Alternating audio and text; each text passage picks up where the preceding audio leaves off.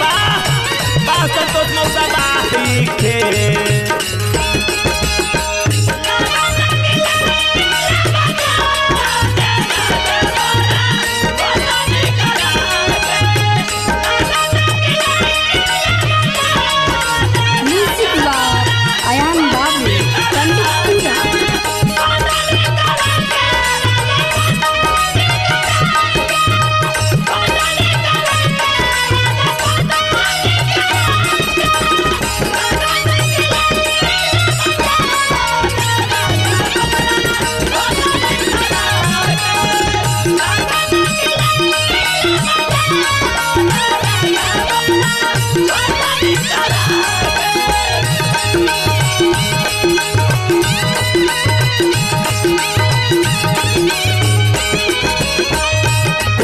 शरीर बाटे रहल बाया राम में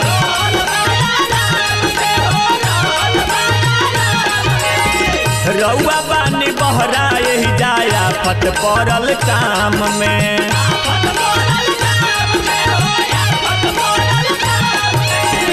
कोमल शरीर बाटे रहल बाया राम में रउआ बानी बहरा यही जाया फत पड़ल काम में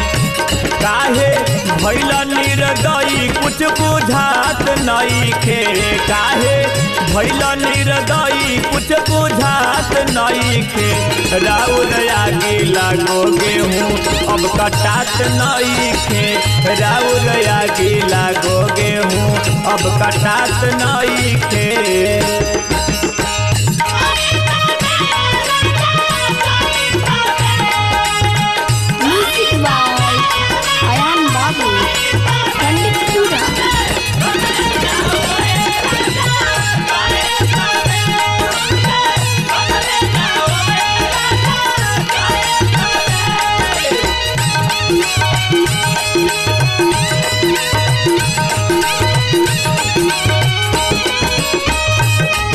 शुभम लगवाल बनिहार जी